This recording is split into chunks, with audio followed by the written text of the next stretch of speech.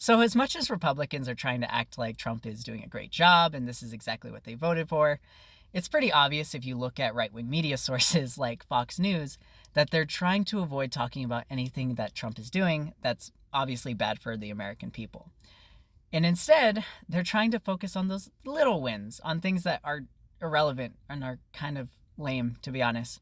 For example, I saw Sarah Algery, or whatever you say her last name, and she was talking about how small businesses were so excited, or just business owners in general, were so excited about Trump's executive order to ban the use of paper straws. And instead, we're going back to plastic, the way that things should be, because paper straws are terrible.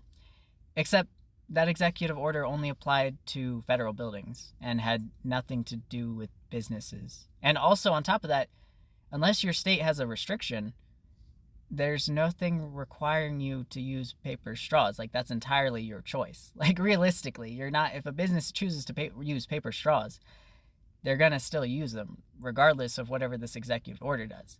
And on top of that, if you don't like paper straws, let's say you live in California where they have like restrictions on stuff like that, aren't you for state rights?